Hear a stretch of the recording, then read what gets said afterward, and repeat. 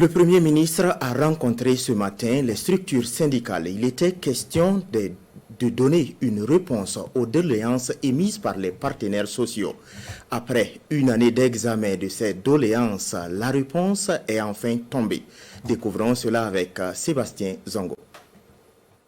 Le Premier ministre remet un document au président du mois de l'unité d'action syndicale. Il contient la réponse du gouvernement au cahier de doléances 2022, fort de 31 points, transmis à l'occasion de la fête du travail. Et nous sommes très pressés, puisque le ministre a dit qu'il va apporter des réponses favorables. Nous allons regarder immédiatement même les réponses apportées, parce que dedans, il y a tout un ensemble de revendications qui vont dans l'intérêt du travail et dans l'intérêt supérieur du Burkina Faso, parce que nous avons tenu compte quand même de l'actualité au Burkina dans notre cahier de doléances. Il y a par exemple la question de sécurité, la question de liberté et la question d'amélioration des conditions de vie des travailleurs qui sont inscrits dans ce cahier. Les structures syndicales disposent d'un mois pour examiner et apprécier ces réponses du gouvernement.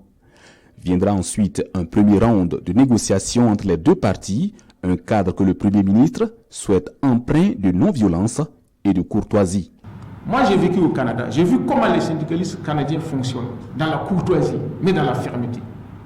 Donc, c'est ce à quoi je veux inviter tout le monde.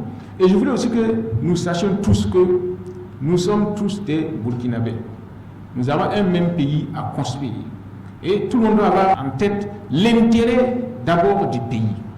Parce que même si nous sommes satisfaits de nos intérêts corporatistes, si ça n'arrange pas le pays, tôt ou tard, ça retombera sur nous-mêmes. Et quels que soient les avantages personnels, si l'intérêt général n'est pas satisfait, nous allons payer le prix fort. Je voudrais que nous ayons tous, n'est-ce pas, ce sentiment patriotique d'engagement de la société vers un avenir meilleur. Donc c'est ce à quoi je vous appelle.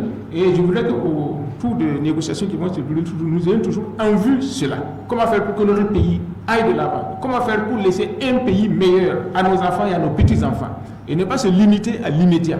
C'est ça que nous devons avoir en vue. Et c'est ça notre objectif. À l'occasion de cette remise officielle, une minute de silence est observée en la mémoire des forces combattantes tombées pour la reconquête du territoire et en soutien au peuple de la République du Niger.